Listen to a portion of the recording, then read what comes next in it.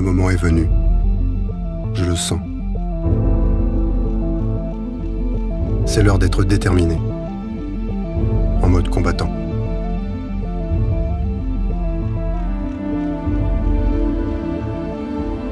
Personne pour me dire quoi faire. Comment et où aller. On est un peu né sans repère. À nous de les faire. C'est du hors-piste. Y a tout à tenter. Même titiller la gravité.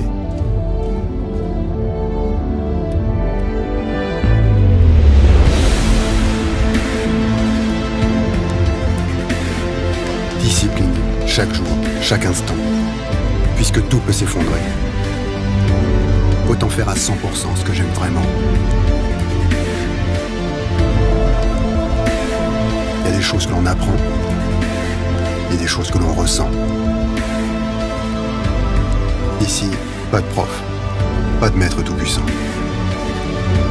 Maîtriser ma peur, mon équilibre, maîtriser mon corps, me sentir libre.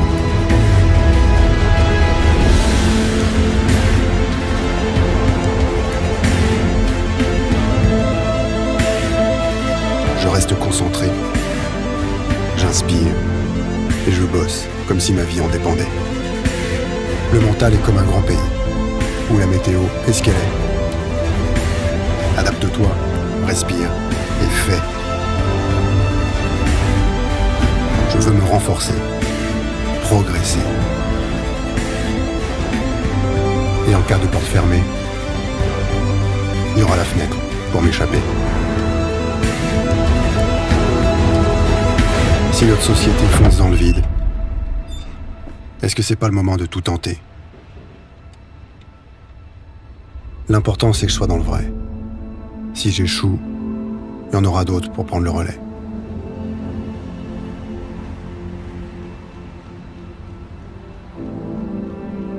Tout ce que j'aurai fait restera et inspirera un autre qui y parviendra.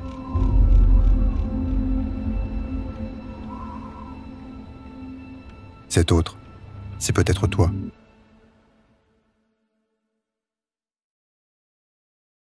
Bonjour Louis Boniface. Bonjour. Vous êtes un champion sportif, puisque déjà champion du monde 4 fois en gymnastique, c'est ça? Champion en gymnastique et maintenant dans une autre discipline, c'est ça. Qui est le slackline. Anciennement en gymnastique. Qui est la slackline, exactement. Le slackline ou la slackline. Il y a toujours eu débat d'ailleurs à ce propos, qui est une sorte de funambule moderne. Donc vous pouvez expliquer pour les gens qui ne connaissent pas du tout ce que c'est? Alors la slackline, ça veut dire sangle molle. Donc en français, c'est anglais. C'est une sangle qui est plus ou moins tendue d'ailleurs selon ce qu'on souhaite faire. Et en fait, l'objectif, c'est de marcher d'un point A à un point B, comme le funambule. Et après, il y a quelques variantes. Donc les petites variantes, ça peut être de rebondir dessus, de faire des choses assez acrobatiques. Et il y a plusieurs contextes. Donc on peut être proche du sol, très très haut dans les montagnes, très très éloigné entre deux montagnes. On peut être au-dessus de l'eau. On peut créer plein de choses, plein de variantes. Et tout ça forme la slackline, entre autres. Comment ça vous est venu? Donc d'abord, peut-être on va revenir au début. Vous étiez déjà sportif quand vous étiez petit garçon? Voilà, j'ai commencé à 5 ans la gymnastique, directement avec un rythme assez intensif qui était totalement voulu de ma part. Et après, j'ai arrêté le haut niveau assez tôt en gymnastique à l'âge de 15 ans pour diverses raisons.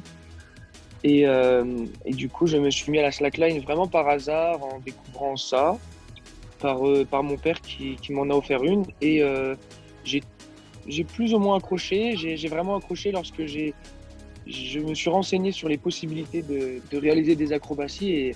Et là, par contre, là, j'ai vraiment accroché. Et le lien avec la gymnastique, parce que vous êtes passé de l'un à l'autre ou vous faisiez les deux en même temps? Alors, donc j'ai arrêté le haut niveau à 15 ans. À 15 ans et demi, j'ai commencé la slackline. Il y a eu une petite pause de 3-4 mois, pas plus. À côté de la slackline, j'ai continué la gymnastique parce que je voulais encore performer en gymnastique, niveau national, etc. Mais bon, au bout d'un moment, en fin de compte, je pouvais pas faire les deux au top niveau, c'était pas possible. Donc, j'ai choisi par définition la slackline, qui était tout nouveau pour moi. La transition s'est fait assez facilement parce que, en fin de compte, moi, ce que je recherchais sur la slackline, c'est faire de l'acrobatie. Et ce que je préfère en gym, c'est l'acrobatie. Donc, du coup, c'était juste pour moi comme un agrès différent. On fait du sol, du saut en gym, et ben là, c'est sur une sangle. Et c'était un peu mon agrès comme la poutre pour les féminines en gymnastique. Et ben nous, on n'a pas de poutre en gymnastique masculine, et donc du coup, pour moi, c'était comme un agrès en plus. C'est comme ça que philosophiquement je le prenais. Et puis après, bah, c'est vrai que ça a pris beaucoup d'ampleur, et donc bah, maintenant, je fais exclusivement que de la slackline, la gymnastique que pour le plaisir et pour que en équipe, et pour faire monter en fait les nouveaux sportifs, les sportifs de demain qui sont dans mon club, et voilà. Et vous êtes tout jeune, pourtant vous avez 22 ans. 23 23 maintenant. 23, voilà. Jeune, mais c'est vrai que assez hyperactif, donc beaucoup d'activités, je vois beaucoup de choses tous les jours, et j'occupe très bien mes journées, voilà. Donc du coup, ça me permet de voir beaucoup de choses, et c'est aussi dû à une hyperactivité qui s'est avérée étant tout petit déjà. Donc le sport a été la solution, la réelle solution pour remédier à ça, et en plus avec mon côté très curieux, bah, du coup, ça fait que je découvre pas mal de choses, et donc c'est assez enrichissant, assez intéressant, ce qui me permet d'avoir, malgré mon jeune âge, pas mal d'expérience. Mais quand vous disiez que petit, vous étiez hyperactif, c'est-à-dire ça se caractérisait comment? Tes fils uniques? Bah, non, du tout. Un frère et une sœur, je suis le plus petit, donc déjà assez gâté, assez protégé. Et puis très hyperactif, c'est-à-dire que dès que ça me plaisait pas, bah, je me mettais beaucoup en colère, j'étais très actif, j'arrivais pas à rester assis sur une chaise toute la journée. Donc voilà quoi, c'était assez dur pour mon entourage, et ceux qui me côtoient. C'était assez dur jusqu'à l'âge de 14-15 ans d'ailleurs. Même 16-17 ans, ça allait mieux. Et puis là, c'est vrai que ces 5-6 dernières années, ça va beaucoup mieux à ce propos, mais c'est vrai que c'était pas facile. Et en fait, ma réussite scolaire dépendait en fait du nombre d'heures que je passais dans le gymnase, quoi. Plus je passais d'heures dans le gymnase, bizarrement, plus scolairement ça allait mieux, parce que je tenais mieux mes cours, etc. Et j'avais plus envie, quoi. Donc voilà. Donc c'est pour vous un déstressant naturel. Exactement. C'est pour ça que ce qui fait peur à tout le monde, c'est quand je vais arrêter. Parce qu'un jour, ça va se finir, forcément. Et aujourd'hui, c'est ce qui fait que voilà, ça canalise et tout ça. Et ça me permet aussi d'être assidu lorsque je dois écouter des choses. Donc vous disiez que vous faisiez maintenant énormément d'heures de sport par jour. Vous êtes à 5 à 8 heures, c'est ça? Oui, alors en ce moment, plutôt 5 heures. Plutôt 5 heures à peu près sur 5-6 jours. À peu près, ouais. Sachant que qu'à côté de ça, parce que en fait, je vis du spectacle, mais je suis passionné par plein d'autres choses, donc je travaille aussi sur autre chose, qui sont des métiers assez physiques. Voilà, en ce moment, je travaille sur corde, je suis cordiste dans le spectacle, donc il n'y a rien de mieux, parce qu'en fin de compte, pour installer une slackline en spectacle, il faut souvent être cordiste, et il n'y a rien de plus proche que ma passion. Donc en fait, je continue dans ma passion, mais plus en tant que technicien cordiste, pour installer des structures, etc. en hauteur, ce qui est très intéressant, c'est aussi une passion d'ailleurs. Et voilà, après, c'est vrai que travailler en hauteur, j'aime beaucoup, être sur corde, être sur une sangle, tout ça, ça me plaît, donc c'est assez relié. Vous êtes tombé malade pendant un moment, est-ce que c'est ça aussi qui a conditionné la suite des événements? Alors, dans ma vie, je suis tombé gravement deux fois malade. une fois pour une grippe qui a vraiment très très mal tourné. Et j'ai mis peut-être 3-4 mois avant de m'en remettre. J'ai perdu énormément de poids en très très très très peu de temps. Ça a été très très dur. Il y a eu pas mal de séquelles mentales à ce propos, peut-être plus sur la grippe que sur autre chose. Et l'autre chose, c'est que j'ai attrapé la maladie de Lyme, on l'appelle comme on veut, donc la maladie du tic. Et là-dessus, j'ai été paralysé de la moitié de la face. J'étais très très jeune et j'ai fait une rechute 1 an plus tard où j'ai perdu l'utilisation de mes jambes, toutes les jambes, les cuisses, tout. Je pouvais plus les utiliser, je pouvais plus me mettre debout, plus les bouger. On pouvait me pincer, je sentais plus rien. C'était comme un bout de viande collé à moi, quoi. Et ça, c'était assez extrême aussi. C'est vrai que c'était assez extrême. C'était en se réveillant d'une sieste. C'était assez extrême. Mais après, c'est pas quelque chose qui m'est resté vraiment au fond de moi à partir du moment où, dans ma manière de voir la vie, c'est vrai que pour moi, l'acrobatie, l'art du mouvement, c'est une chance. Et à chaque fois que je me produis sur scène, c'est comme si je rendais hommage à toutes ces personnes qui ne peuvent plus bouger, en fait. Et c'est vrai que dans ma manière de voir les choses, c'est que on est dans un monde de plus en plus casanier, on bouge de moins en moins, on est de plus en plus assisté. Et en fin de compte, cette liberté de mouvement, d'expression corporelle, on la remarque une fois qu'on peut plus bouger, qu'on est âgé ou qu'on a eu un accident, etc. Et moi, j'ai eu la chance de le remarquer très tôt, très très tôt. Et ça m'a impacté d'autant plus que je reste hyperactif. Et donc du coup, c'est vrai qu'à chaque fois que je monte sur scène, c'est comme un hommage pour ces personnes, de manière générale. Et puis c'est aussi une chance pour moi que j'ai. Et j'en profite à fond, quoi. Et j'en profite à fond. Donc l'art du mouvement, l'acrobatie, c'est relié. Et c'est quelque chose qui m'appartient énormément, en tout cas. Quelle force mentale quand même pour rebondir après tout ça. Vous êtes votre propre coach en plus. Vous faites beaucoup de kiné. Exactement. Ouais. Un petit peu moins en ce moment, parce que j'en ai moins besoin. C'est plutôt bon signe d'ailleurs. Voilà, mon kiné, mon ostéo, etc. Mais en fait, voilà, on est bien entouré. De toute façon, l'entourage, c'est la personne avec laquelle on vit, c'est la famille. Et en fait, ça, c'est déjà un soutien mental énorme. On l'oublie souvent. Et après, techniquement parlant, oui, j'ai un entraîneur de gym qui va m'aider sur les acrobaties que je réalise sur trampoline et sur slackline.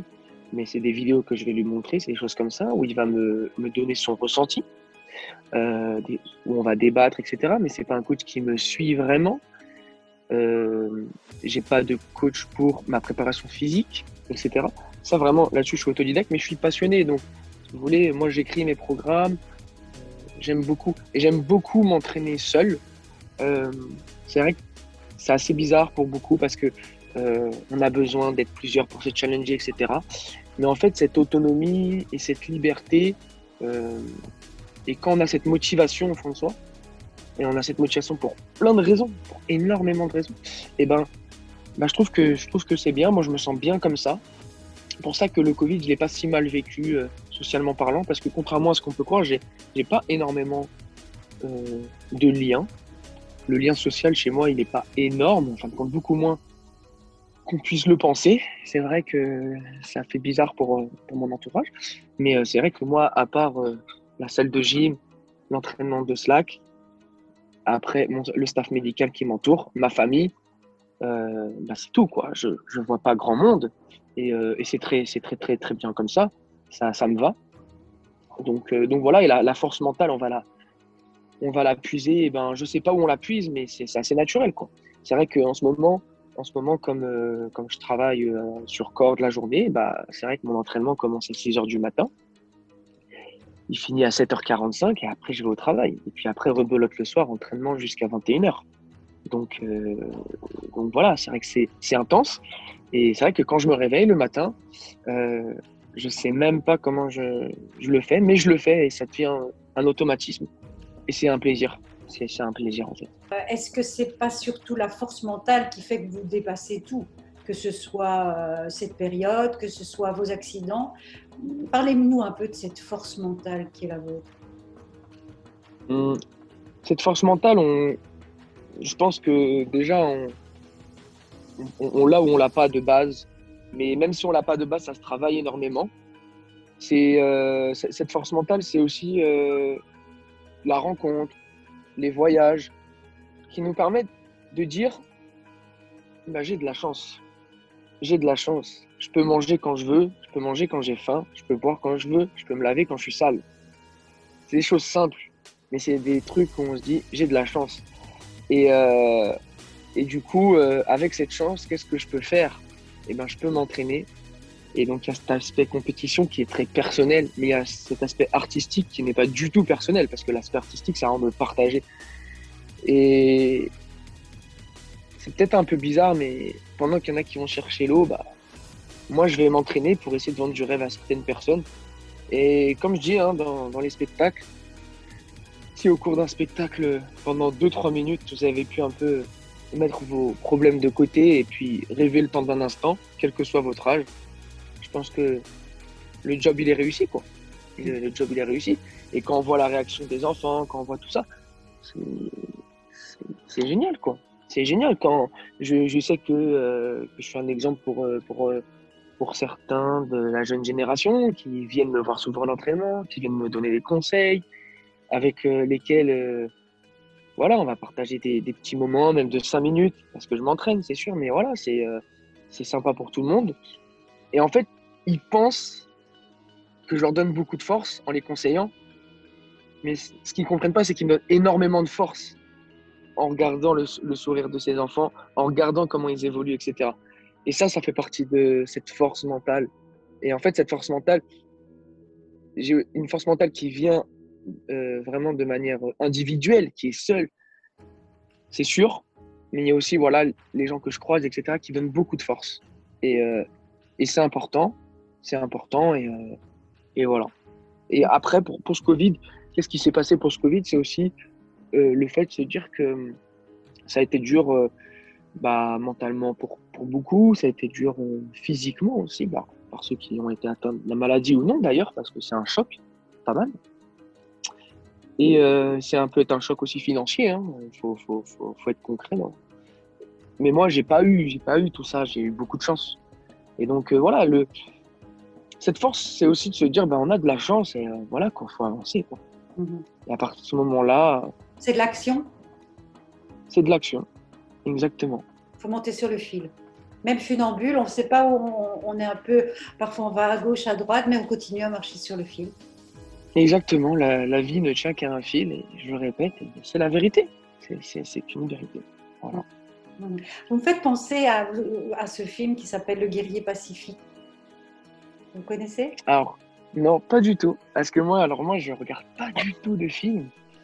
J'ai pas trop le temps, je rentre tard chez moi. Et c'est vrai que j'ai jamais été passionné par les films d'ordre général. Je regarde jamais de films tout seul, c'est plus dans un contexte. Mais bon, on peut pas tout faire.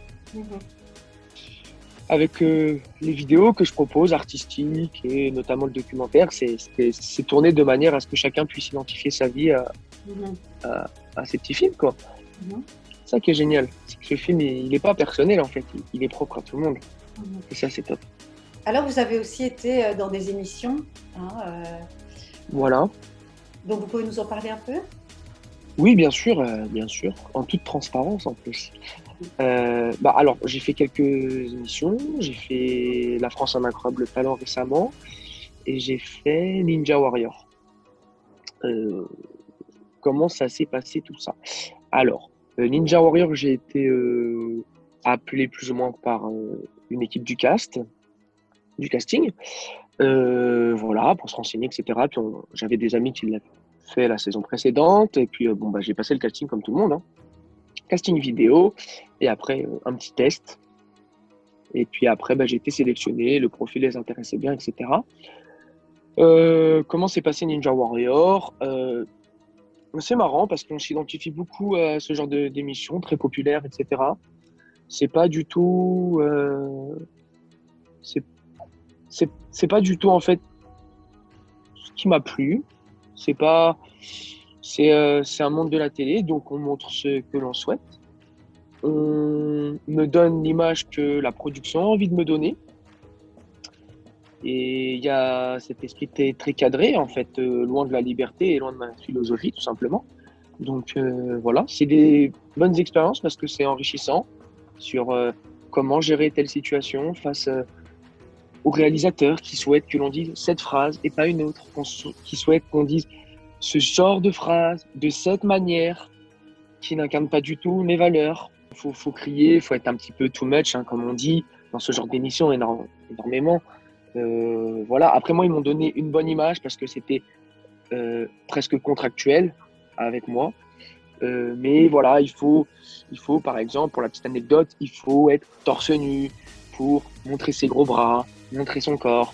Et moi, je suis pas du tout comme ça. Justement, je suis pour la liberté. Donc, les personnes qui souhaitent se mettre torse nu, se mettent torse nu. Les personnes qui souhaitent rester en t-shirt, parce qu'ils ont certaines pudeurs, ils restent en t-shirt.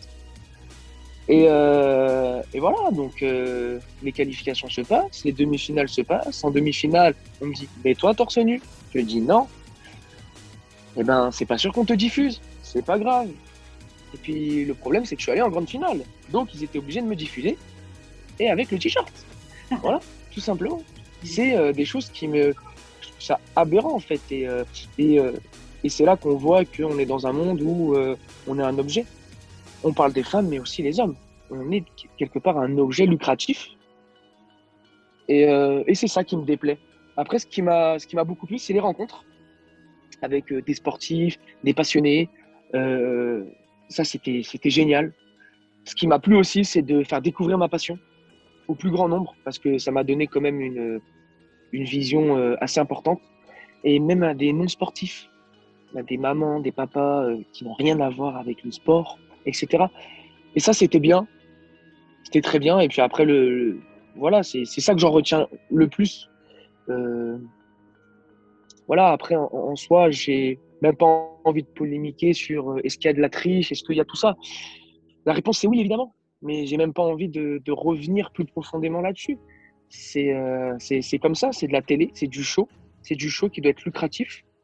Et ce show et ce côté lucratif passera toujours avant le côté humain. Toujours avant le côté sincère. Toujours, voilà, c'est comme ça que ça se passe. Et voilà, mais ça reste une bonne expérience. Je ne crache pas du tout dessus. On m'a proposé de le refaire, j'ai dit non. Si on me propose de le refaire, peut-être que j'accepterai.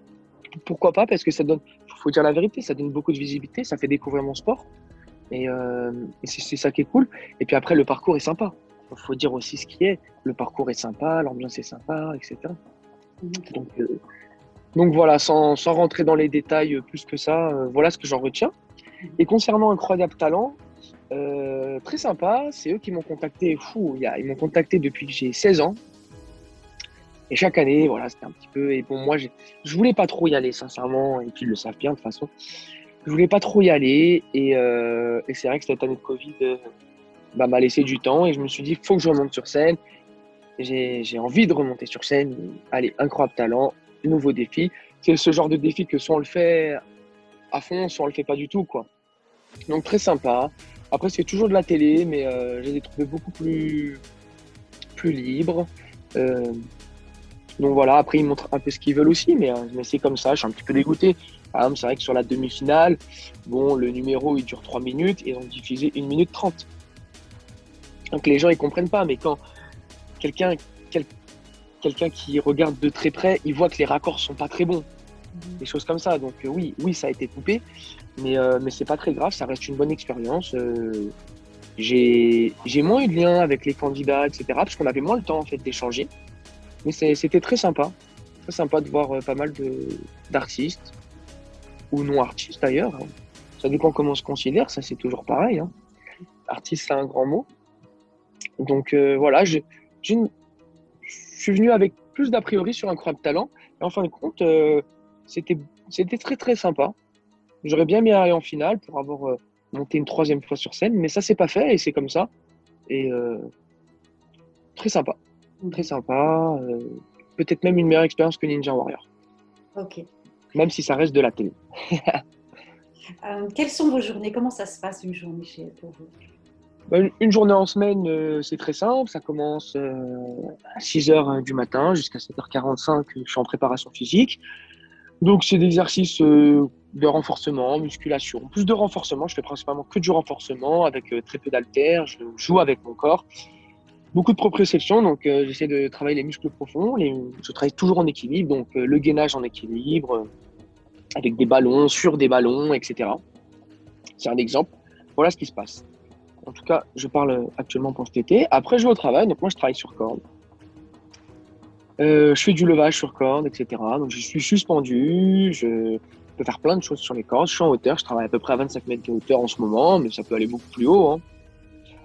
Et puis je rentre, un petit peu de sucre et c'est parti, on retourne au sport. Donc le sport le soir, c'est soit de la slack, soit de la gym. Voilà. Et donc ça, c'est 5 jours sur 5. Si je suis fatigué, les entraînements du soir, je les saute, ou les entraînements du matin, je les saute, mais je compense par autre chose. Par exemple, jeudi, j'ai eu du mal à me lever, j'avais besoin d'une heure de plus, voire 2 heures de plus de sommeil. Je vais aller courir le soir, 1h30. Et voilà, pas parce que je me dis qu'il faut que je le fasse, parce que tout simplement, il faut compenser ce manque d'inactivité. Si on peut appeler ça de l'inactivité, parce que vous imaginerez bien que sur corde, on ne chôme pas quand on remonte, on descend sur corde. Qu'est-ce que vous ressentez quand vous êtes là-haut? Et quand on est là-haut, c'est comme sur une sangle. C'est assez bizarre. On peut avoir un collègue qui est à 10 mètres de soi, mais en fait, on se sent tout seul. On se sent tout seul. Pourquoi on se sent tout seul? Parce que notre ligne de vie, qui peut être la slack ou la corde, si elle lâche, on est tout seul. On n'a personne pour nous tenir la main. Mais je veux dire que le harnais est lui-même relié à une corde.